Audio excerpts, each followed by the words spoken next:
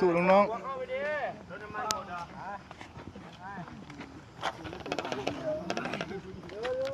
สู้ๆไปนะเอาจะทะเลาะกันดิ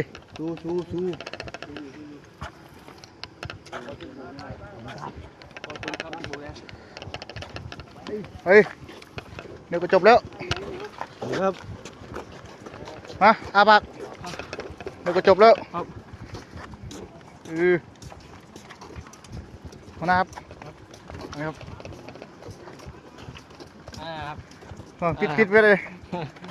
เอาได้ครับบรับไปนอนหรือคืนนี่เนี่ยย่างน้องๆบึดคืนครับไปแล้วได้สดเลยบัวเหลียวเห็นใครอยู่ป่ะฮะมันเข้าไปเจอไหมป่ะจะสิว